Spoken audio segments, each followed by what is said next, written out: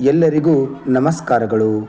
ಇಂದು ನಾವು ಭಾರತೀಯ ರಿಸರ್ವ್ ಬ್ಯಾಂಕಿನ ಕಾರ್ಯಗಳು ಅಥವಾ ಇತರ ಬ್ಯಾಂಕಿನ ಕಾರ್ಯಗಳ ಬಗ್ಗೆ ತಿಳಿದುಕೊಳ್ಳೋಣ. ಬ್ಯಾಂಕುಗಳು ಮಾಡುವ ಕಾರ್ಯಗಳು, ಸೇವೆಗಳು ಹಾಗೂ ಅನುಕೂಲಗಳ ಬಗ್ಗೆ ಇಂದು ನಾವು ಸಂಕ್ಷಿಪ್ತವಾಗಿ ತಿಳಿದುಕೊಳ್ಳೋಣ. ಬ್ಯಾಂಕುಗಳು ಮಾಡ್ತಕ್ಕಂಥ ಮೊದಲನೇ ಕಾರ್ಯವೆಂದರೆ ಹಣದ ವರ್ಗಾವಣೆ.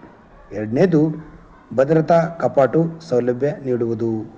ಮೂರನೇದು ಸಾಲ ನೀಡುವುದು. ನಾಲ್ಕನೇದು ಹಣದ ಭದ್ರತೆ ನೀಡುವುದು. ಐದನೇದು ಭರವಸೆಯ ಸೇವೆಗಳು. ಆರನೇದು ಹಣದ ಪಾವತಿ. ಏಳನೇದು ಹಣದ ವಸೂಲಿ. ಎಂಟನೇದು ಇತ್ಯಾದಿ ಕಾರ್ಯಗಳು ಮಾಡುತ್ತದೆ. ಎಲ್ಲರಿಗೂ ಧನ್ಯವಾದಗಳು.